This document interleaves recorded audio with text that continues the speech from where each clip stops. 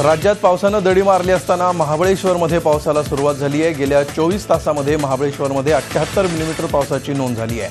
पाऊस आणि दाट धुकं यामुळे महाबळेश्वरमध्ये आल्हाददायक वातावरण आहे। या पावसामुळे शेतकरी आनंदित झाला आहे।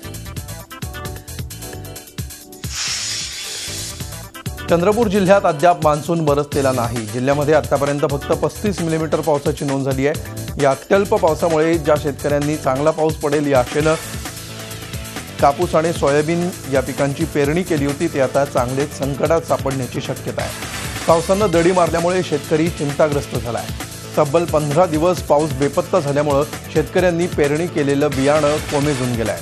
11 पैकी 3 सिंचन प्रकल्प कोरडे पडले।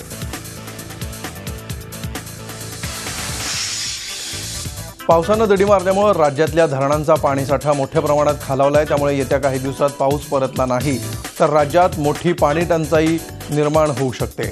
मुंबईला पाणी पुरवठा करणाऱ्या 7ही तलावांमध्ये 2,62,000 MLD इतका पाणीसाठा शिल्लक आहे। तो आणखी 70 दिवस पुरू शकेल। पुण्याला पाणी पुरवठा करणाऱ्या धरणांमध्ये 9.82% पाणीसाठा शिल्लक आहे। गेल्या वर्षी याच तारखेला पुणे शहराला पाणी पुरवठा करणाऱ्या 4ही धरणांमध्ये 5.85% साठा होता। नाशिकमध्ये जिल्ह्यातल्या सर्व धरणातला पाणीसाठा 13%वर आलाय। गेल्या वर्षीच्या तुलनेत यावर्षी हा पाणीसाठा 10%नी जास्त असला तरी भविष्यात पावसानं ओढ दिली तर मोठ्या जलसंकटाची शक्यता आहे।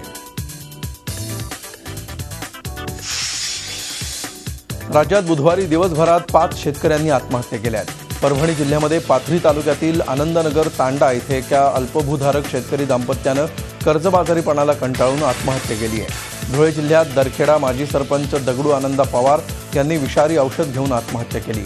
दुसरीकडे अहमदनगर जिल्ह्यामध्ये श्रीरामपूर तालुक्यातल्या दिलीप दत्तात्रय वानखेडे या 46 वर्षांच्या शेतकऱ्यानं विष पिऊन आत्महत्या केली। तर नाशिक जिल्ह्यात मनमाडमध्ये कर्जबाजारीपणाला कंटाळून सुपडू भिका पवार या 77 वर्षीय वृद्ध शेतकऱ्यानं आत्महत्या केली आहे।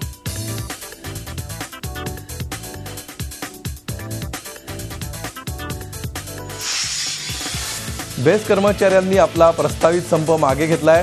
पगार वेळेवर होत नसल्यामुळे बेस्ट कर्मचाऱ्यांनी मध्यरात्रीपासून संपावर जाण्याचा इशारा दिला होता। मात्र या इशाऱ्यानंतर बेस्ट प्रशासनानं बेस्टच्या कर्मचाऱ्यांचा मे महिन्याचा अर्धा पगार त्यांच्या खात्यात जमा केला। यानंतर बेस्ट कर्मचाऱ्यांनी आपला प्रस्तावित संप मागे घेतलाय। त्यामुळे बेस्ट बसनं प्रवास करणाऱ्या लाखो मुंबईकरांना दिलासा मिळाला आहे। गेल्या काही वर्षांपासून अडचणीत असलेल्या बेस्टची आर्थिक परिस्थिती आणखी बिकट होत चालली आहे। तिजोरीत खडखडाट असल्यामुळे बेस्ट प्रशासनानं मे महिन्याचा अर्धा पगार जमा करण्यात येईल असं जाहीर केलं होतं। मात्र 22 जूनच्या आधी हा पगार जमा झाला नाही तर 22 जूनच्या मध्यरात्रीपासूनच बेस्टचे कर्मचारी संपावर जातील असा इशारा बेस्ट वर्कर्स युनियननं दिला होता।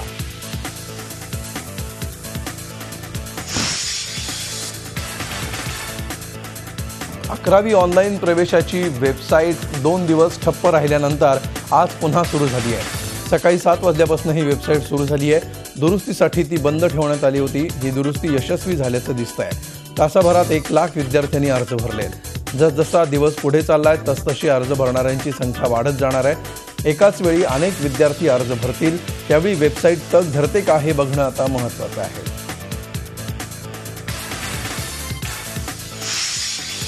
सामूहिक कॉपी प्रकरणी औरंगाबादमधल्या वादग्रस्त साई अभियांत्रिकी महाविद्यालयावर अखेर कारवाई करण्यात आली आहे। नगरसेवक सीताराम सुरे यांच्या घरी रात्री सामूहिक कॉपी करताना साई अभियांत्रिकी महाविद्यालयातल्या 3 विद्यार्थी आणि 3 विद्यार्थिनींना पोलिसांनी रंगेहात पकडलं होतं। त्यानंतर ते परीक्षा केंद्रही तातडीनं रद्द करण्यात आलं होतं। विशेष म्हणजे या सामूहिक कॉपीवेळी तिथं नगरसेवक सीताराम सुरे, संस्थाचालक गंगाधर मुंडे आणि महाविद्यालयाचे प्राध्यापकही हजर होते।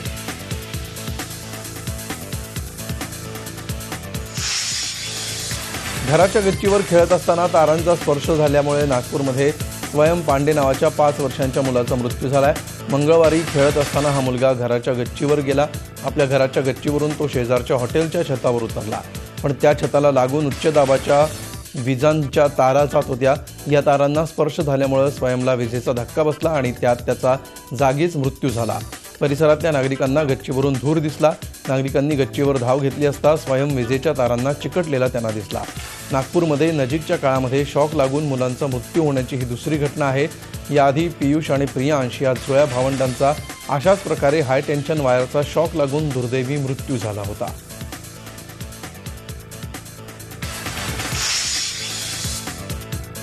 नोटबंदीमुळे आर्थिक संकटात सापडलेल्या जिल्हा मध्यवर्ती सहकारी बँकांना रिझर्व्ह बँकेच्या निर्णयामुळे दिलासा मिळणार आहे.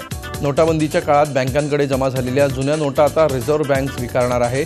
नागपूर जिल्हा बँकेकडे जमा झालेल्या नोटांचं मूल्य 11.5 कोटी रुपये इतकं आहे. या नोटांमुळे बँकेची क्रयशक्ती कमी झाली होती. त्याचा फटका शेतकऱ्यांना बसला होता. भारतीय शेअर बाजाराच्या इतिहासात पहिल्यांदाच एखाद्या महापालिकेचे कर्ज रोखे खरेदी विक्रीसाठी खुले झाले. पुणे महापालिकेनं 24 तास पाणीपुरवठा योजनेसाठी बाजारात आणलेल्या बॉन्डचं लिस्टिंग मुंबई शेअर बाजारात करण्यात आलं. 2 दिवसांपूर्वी हे बॉन्ड खुले करण्यात आले होते. यावेळी पहिल्याच फटक्यात पुणे महापालिकेला 200 कोटींचा निधी मिळाला. केंद्रीय मंत्री व्यंकय्या नायडू, मुख्यमंत्री देवेंद्र फडणवीस या कार्यक्रमाला उपस्थित होते. पुणे महापालिकेसाठी हा ऐतिहासिक क्षण ठरला आहे. महाराष्ट्र आरोग्य विज्ञान विद्यापीठ आणि योगशास्त्र विषयामध्ये MD अभ्यासक्रम सुरू करणार आहे. आयुष मंत्रालयानं योगाचा प्रचार प्रसार आरोग्याच्या दृष्टिकोनातून व्हावा यासाठी प्रयत्न सुरू केलेत. या पार्श्वभूमीवर लवकरच MD अभ्यासक्रम सुरू करून आजार आणि उपचार यांना अधिकृत दर्जा देऊन त्याला जनमानसात रुजवण्याचा प्रयत्न करण्यात येणार आहे. शेतकऱ्यांची तूर खरेदी होत नसेल तर राष्ट्रवादीच्या महिला आघाडीनं तुरीच्या गोण्या घेऊन पालकमंत्र्यांच्या घरात जाऊन पैसे मागावे असा हल्लाबोल खासदार सुप्रिया सुळे यांनी यवतमाळमध्ये केला. संवाद यात्रेनिमित्त त्यांनी पक्षाच्या पदाधिकाऱ्यांना संबोधित केलं. धुळे एसीबीच्या जाळ्यामध्ये एकाच दिवसात 3 लाचखोर अडकले. शिरपूर तालुक्यातील रोजगार सेवकाच्या मानधनाचा रक्कम देण्यासाठी ग्रामसेवक राहुल भिल रायसिंग यानं 2,000ची लाच मागितली होती. लाच घेताना त्याला रंगेहात पकडण्यात आलं. तर दुसऱ्या कारवाईमध्ये दुकानाचा शॉप ॲक्ट लायसन्सवरील पत्ता बदलण्यासाठी दुकान निरीक्षक भारती विश्राम पावरा यांनी प्रदीप हिम्मतराव पाटील यांच्या माध्यमातून 1,000 रुपयांची मागणी केली होती.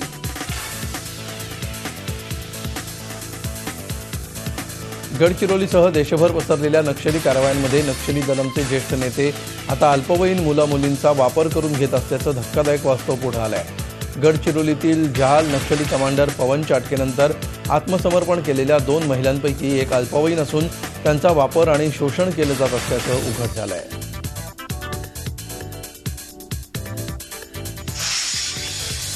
नगर जिल्ह्यात संगमनेर तालुक्यामध्ये साकूर पठार भागात बिबट्यांची दहशत वाढली आहे. बेरेवाडी येथील खटकळी वस्तीमध्ये विनायक ढेमरे यांनी मेंढ्याची वाघूर लावली होती. बिबट्यांनी वाघुरीमध्ये घुसून हल्ला करत मेंढ्या आणि 2 शेळ्यांना ठार केलं. यामध्ये मेंढपाळांचं मोठं नुकसान झालंय. बिबट्यांचा हल्ला चालू असताना मेंढपाळाची आरडाओरड करत आणि काठी दगड वापरून या बिबट्यांना मोठ्या जिकिरीनं पेटाळून लावलं. या प्रकरणी वनविभागाच्या कर्मचाऱ्यांनी पंचनामा केला. लातूर जिल्ह्याच्या औसा तालुक्यातील देवताळा इथं मोठ्या प्रमाणात अवैध दारू पोलिसांनी धाड टाकून जप्त केली आहे. देवताळा, गुबाळ, मातोळा या गावामध्ये गेल्या अनेक दिवसांपासून अवैध दारू विक्री होत होती.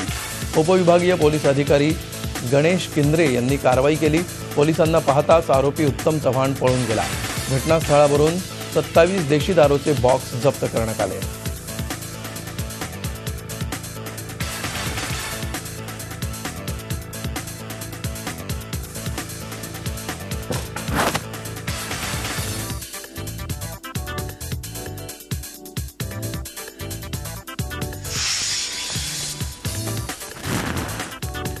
सिंधुदुर्ग जिल्ह्यामध्ये कणकवली तालुक्यात चोरट्यांनी धुमाकूळ घातलाय. चोरट्यांनी चक्क जिल्हा परिषद सदस्य सावी लोके यांच्या घरी डल्ला मारला. दुपारच्या सुमाराला सावी लोके या शेजाऱ्यांकडे गेले असता अवघ्या 20 मिनिटांमध्ये चोरट्यांनी दरवाजा तोडून रोकड, दागिने आणि सुमारे 1,09,000 रुपयांचा मुद्देमाल लंपास केला. भर दिवसा होणाऱ्या या चोरी आणि घरफोडीच्या घटनांमुळे नागरिकांमध्ये भीतीचं वातावरण निर्माण झालंय. सध्या शेतीच्या कामांना वेग आलाय. त्यामुळे गावातील माणसं शेतात असताना 2 दिवसांपूर्वी साकेडीमध्ये सुमारे 2 लाखांची चोरी झाली होती. या चोरी प्रकरणी अद्याप कोणताही सुगावा लागलेला नाही. वाढत्या चोरीच्या घटनांमुळे पोलिसांपुढे मोठं आव्हान निर्माण झालं आहे. त्याच दरम्यान परत आले 20 मिनिटात लॉक तोडलेला होता आणि त्यामुळे मी आत आले नाही, शेजारच्या घोरपड्यांना बोलवून घेऊन आले. आणखी आतमध्ये आलो तर सगळं अस्ताव्यस्त पडलेलं होतं. कबर्डमधलं एक मंगळसूत्र, अंगठ्या असं सामान चोरीला गेलेलं होतं. एक कॅमेरा होता, घड्याळ होतं, ते सगळं चोरीला गेलेलं होतं. सिंधुदुर्ग जिल्ह्यातल्या कुडाळमध्ये 23 जूनला नितीन गडकरी, मुख्यमंत्री आणि उद्धव ठाकरे यांच्या हस्ते मुंबई गोवा हायवेच्या चौपदरीकरणाचं भूमिपूजन आहे. या कार्यक्रमाला स्थानिक आमदार नितेश राणे आणि विधान परिषदेचे आमदार म्हणून नारायण राणेंनाही निमंत्रण आहे. त्यामुळे उद्धव ठाकरे आणि नारायण राणे एकाच मंचावर असण्याचा दुर्मिळ योग जुळून येण्याची शक्यता आहे. तब्बल 12 वर्ष म्हणजे एका तपानंतर हा योग जुळून येण्याची शक्यता आहे. विठूचा गजर, हरिनामाचा झेंडा रोविला असं म्हणत सिंधुदुर्गातील दिंड्या पंढरीच्या दिशेनं निघाल्यात. जिल्ह्याच्या सीमेवरील गोवा राज्यातील काही दिंड्याही सिंधुदुर्ग मार्गे पंढरपूरकडे निघाल्या आहेत. 13 दिवसांचा पायी प्रवास करून दिंड्या पंढरपूरला पोहोचणार आहेत. मुळगाव गोवा येथील वारकरी गेली 8 वर्ष पंढरपूरला पायी जातात. पायी वारीचं हे 9वं वर्ष आहे. जवळपास 12 ठिकाणी मुक्काम करून ते पंढरपूरला 1 जुलैला पोहोचतील तर 5 जुलैला परत येतील. माऊलींच्या पालखीचा आजचा मुक्काम जेजुरीमध्ये आहे. खंडोबाच्या जेजुरीत आज पालखी आणि वारकरी मुक्त हस्तानं भंडाऱ्याची उधळण करतील. येळकोट येळकोट जय मल्हारच्या गजरानं आज सारी जेजुरी दुमदुमणार आहे. हरिनामाच्या गजरामध्ये माऊलींनी जेजुरीच्या दिशेनं वाटचाल सुरू केली आहे. हजारो वारकरी जेजुरीमध्ये पोहोचून आज खंडोबाचं दर्शन घेतात. त्यानंतर तिथंच मुक्काम करून पुढे पंढरीच्या वाटेनं रवाना होतात. आज दुपारी 3 वाजता भंडारा उधळणीचा सोहळा याची देही याची डोळा अनुभवण्यासाठी वारकरी आतुर झालेत.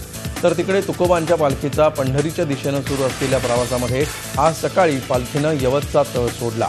सकाळी 8च्या सुमाराला पालखी वरवंड्याच्या दिशेनं रवाना झाली.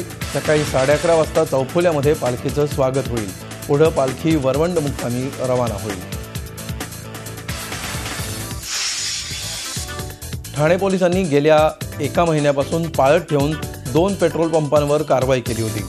उत्तर प्रदेशमधील चिपचा वापर करून ग्राहकांच्या फसवणुकीच्या पार्श्वभूमीवर पुन्हा नवीन चिप पल्सरचा शोध ठाणे गुन्हे शाखेनं लावला. डोंबिवलीतील पेट्रोल पंपांसह ठाण्यातील 16 नंबर रोडवर कारवाई केली. या प्रकरणामध्ये दोघांना ठाणे पोलिसांनी ताब्यात घेतलं आहे. आत्तापर्यंत 7 ठिकाणी अशा प्रकारे धाडी टाकून जवळपास 5 आरोपींना पोलिसांनी अटक केली आहे. दरम्यान बदलापूरमधील कात्रप परिसरात असलेला HP पेट्रोल पंपावर ठाणे क्राईम ब्रँच आणि राज्य सरकारच्या वजनमाप विभाग यांनी कारवाई केली. या पेट्रोल पंपावरील मशीन्समध्ये पासवर्ड सेट करून आलेल्या ग्राहकांच्या वाहनामध्ये कमी पेट्रोल भरलं जायचं. विशेष म्हणजे उत्तर प्रदेशमध्ये पकडल्या गेलेल्या विवेक शेट्टे या सॉफ्टवेअर इंजिनियरच्या चौकशी दरम्यान बदलापूरच्या या पेट्रोल पंपाची माहिती पोलिसांना मिळाली होती.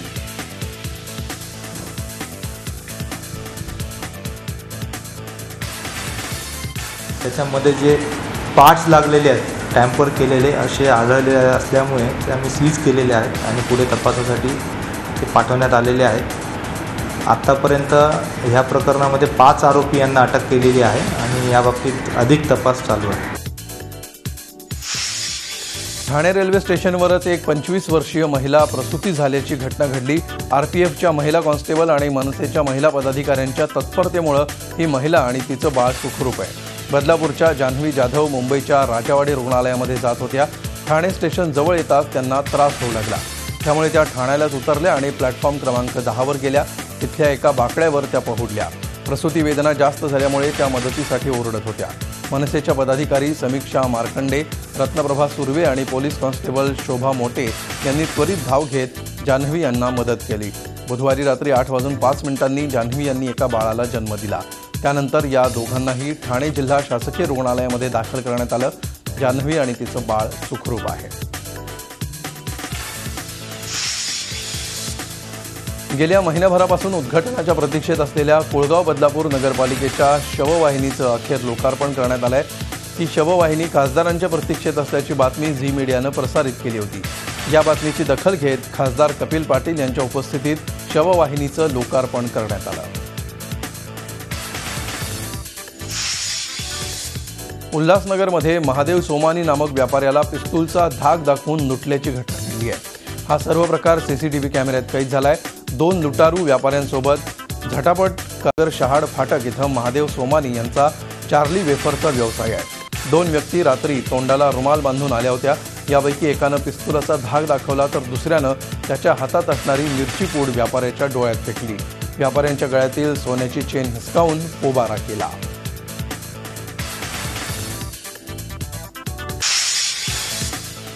येत्या 17 जुलैला होणारी राष्ट्रपती पदाची निवडणूक बिनविरोध होण्याची शक्यता दिवसेंदिवस धुसर होत चालली आहे.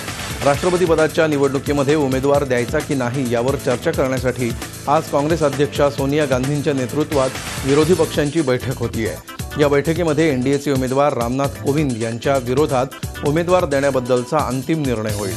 कोविंद यांच्या नावाविषयी काँग्रेसचं किंवा इतर विरोधी पक्षांचं मत विचारात घेतलं गेलं नाही असा काँग्रेसचा आरोप आहे.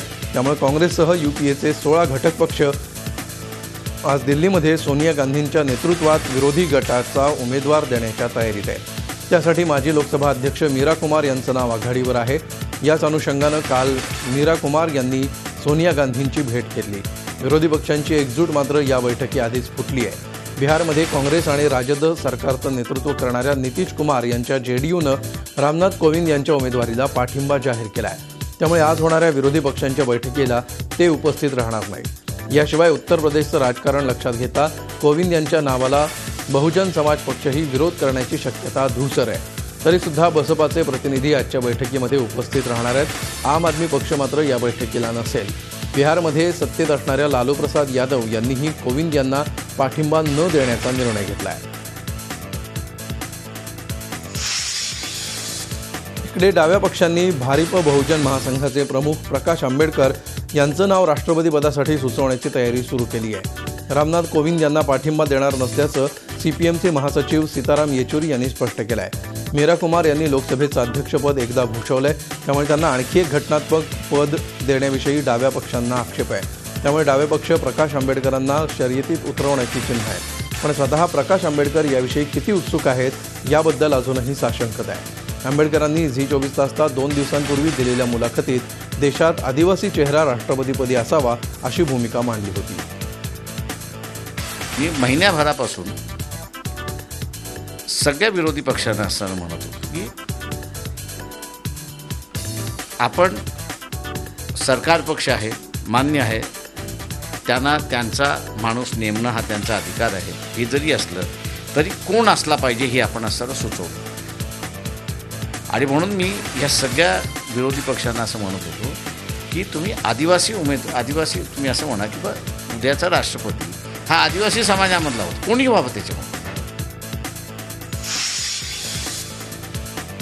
भारत सरकारची अधिकृत विमान कंपनी एअर इंडियाचा वाढता तोटा लक्षात घेता सरकारनं ही विमान कंपनी विकण्याची तयारी सुरू केली आहे. या पार्श्वभूमीवर आता एअर इंडियामधली हिस्सेदारी विकत घेण्यासाठी टाटा समूह पुढे आला आहे. या संदर्भात टाटा समूहाशी चर्चा सुरू असल्याची माहिती सूत्रांनी दिली आहे. कंपनी पूर्णपणे खासगी हातात द्यायला नागरी हवाई वाहतूक खात्याची पूर्ण सहमती अद्याप मिळालेली नाही. पण अशी आसादी कंपनी खासगी कंपन्या तरी विकत घेण्यास उत्सुक आहेत का याविषयीची पडताळणी सरकारनं सुरू केली आहे. त्यात टाटा समूहानं एअर इंडियाविषयी उत्सुकता दर्शवली आहे. विशेष म्हणजे भारतात विमानसेवा सुरू करण्याचा मान टाटा समूहाकडेच आहे. JRD टाटा यांनी सुरू केलेली विमानसेवाच पुढं सरकारनं ताब्यात घेऊन तिचं सरकारी विमानसेवेत रूपांतर केलं होतं. यामुळे जर एअर इंडियाचं खासगीकरण झालं आणि कंपनी टाटा समूहाच्या हाती गेली तर एक व्यावसायिक वर्तुळ पूर्ण होणार आहे. आणि आता विदेशातील बातम्या. जम्मू काश्मीरमधील पुलवामामध्ये 3 दहशतवाद्यांना कंठस्नान घालण्यात आलेलं आहे. भारतीय लष्कराचे जवान आणि दहशतवाद्यांमध्ये चकमक झाली. यावेळी झालेल्या या चकमकीमध्ये लष्कर-ए-तोयबाच्या 3 दहशतवाद्यांचा खात्मा करण्यात आला. पुलवामाच्या न्यू कॉलनी परिसरामध्ये ही चकमक झाली. पाकव्याप्त काश्मीरमधनं हे जम्मू काश्मीरमध्ये घुसखोरी करण्याच्या प्रयत्नात होते. यावेळी गस्तीवर असलेल्या भारतीय जवानांना दहशतवाद्यांच्या हालचाली दिसल्या. यावेळी दहशतवाद्यांकडून जवानांवर गोळीबार करण्यात आला. या गोळीबाराला भारतीय जवानांनी जशास तसं उत्तर दिलं. या चकमकीमध्ये 3 दहशतवाद्यांना कंठस्नान घालण्यात भारतीय जवानांना यश आलं आहे. या दहशतवाद्यांकडून 3 AK-47 जप्त करण्यात आल्या आहेत. तसंच मोठ्या प्रमाणात दारुगोळाही जप्त करण्यात आला आहे. या चकमकीमध्ये एक भारतीय जवान जखमी झाला आहे. गेल्या 27 दिवसात भारतीय जवानांनी 42 दहशतवाद्यांचा खात्मा केला आहे. बेल्जियमची राजधानी ब्रसेल्समध्ये आत्मघातकी हल्ल्याचा मोठा कट सुरक्षा रक्षकांच्या सतर्कतेमुळे उधळला गेला. ब्रसेल्सच्या मध्यवर्ती रेल्वे स्थानकामध्ये एका व्यक्तीनं हातात स्फोटकांची पिशवी घेऊन अल्लाहू अकबरच्या घोषणा द्यायला सुरुवात केली. मात्र त्यानं स्फोट घडवण्यापूर्वीच सुरक्षा रक्षकांनी त्याला गोळी घातली. यामुळे मोठा अनर्थ टळला. नंतर या बॅगचा स्फोट घडवून ती नष्ट करण्यात आली. कोरियन प्रदेशातल्या लष्करविरहित भागामध्ये सापडलेलं ड्रोन हे उत्तर कोरियाचंच असल्याचा दावा दक्षिण कोरियाने केला आहे. या ड्रोनवर कॅमेरे असल्याचंही स्पष्ट झालंय. टेहळणी करून उत्तर कोरियाच्या दिशेनं परतत असताना ड्रोनला अपघात झाला आणि ते कोसळलं. त्यानंतर ते दक्षिण कोरियन लष्कराच्या हाती लागलं. दक्षिण फिलिपिन्समधल्या मरावी शहरामध्ये असलेल्या इस्लामिक अतिरेक्यांना वेढल्याचा दावा लष्करानं केला आहे. मरावीमधल्या मौटे या अतिरेकी गटाला इस्लामिक स्टेटची फूस आहे. आत्तापर्यंत लष्कर आणि अतिरेक्यांच्या लढाईत 350 लोकांचा बळी गेला आहे, तर हजारो नागरिक विस्थापित झाले. या भागामध्ये मार्शल लॉ पुकारण्यात आला आहे. मेक्सिकोच्या आखातात आलेल्या सिंडी या चक्रीवादळामुळे लुइजानिया राज्यामध्ये अनेक भागात मुसळधार पाऊस कोसळतोय. यामुळे अनेक भागात पूरस्थिती येऊ शकते असा इशारा देण्यात आलाय. अलाबामा आणि फ्लोरिडा राज्यांनाही या चक्रीवादळाचा फटका बसू शकतो असा अंदाज आहे. दक्षिण अमेरिकेमध्ये ग्वाटेमालामध्ये तुफानी पावसामुळे भूस्खलन झालंय. यामध्ये किमान 11 जणांचा बळी गेल्याचा अंदाज आहे. भूस्खलनामुळे माती महामार्गावर येऊन त्याखाली 2 बसेस दबल्या गेल्या आहेत.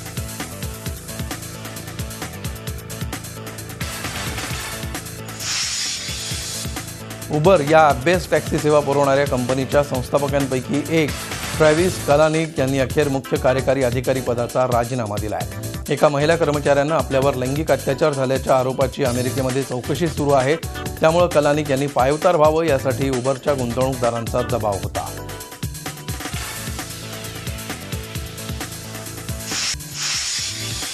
बाहुबली 2चा रिलीज होऊन 50 दिवस पूर्ण झालेत, तरीही हा सिनेमा 1050 थिएटर्समध्ये सुरू आहे. म्हणूनच सिनेमाचा निर्माता करण जोहरनं या सिनेमाच्या यशानिमित्त खास पार्टीचं आयोजन केलं होतं. पार्टीसाठी प्रभास आणि राणा दुग्गबत्तीसह आलिया भट, रणबीर कपूर यांच्यासह बॉलिवूडच्या दिग्गजांनी हजेरी लावली. या पार्टीसाठी अभिनेता वरुण धवनही उपस्थित होता. बॉलिवूडमध्ये 2 अभिनेत्री मैत्रिणी असणं किंवा दोघींनी एकमेकींचं कौतुक करणं जवळपास अशक्यपर गोष्ट. मात्र आलिया भट आणि श्रद्धा कपूर यांच्यातली केमिस्ट्री काहीशी वेगळी दिसतीये. श्रद्धा कपूर आलियाच्या खूपच प्रेमात दिसतीये. आलियाचा एकूण ॲटिट्यूड आणि तिचा उत्साह पाहून आपल्याला खूपच प्रेरणा मिळत असल्याचं श्रद्धा म्हणतीये. आलियानं आत्तापर्यंत केलेली प्रत्येक फिल्म आपल्याला आवडल्याचं श्रद्धा सांगते. सोनम कपूर आता जगाची पर्वा न करता खुलेआम तिच्या बॉयफ्रेंड आनंद सोबत फिरतीये. या दोघांमध्ये जवळीक वाढली आहे. एरवी मीडियापासून लांब पळणारी ही जोडी आता आपल्या नात्याला नाव देण्याच्या तयारीत आहे. सोनम बरोबरचा एक फोटो आनंदनं सोशल मीडियावर पोस्ट केला आहे. या फोटोमध्ये दोघांचा रोमांस त्यांच्या चाहत्यांना बघायला मिळतोय.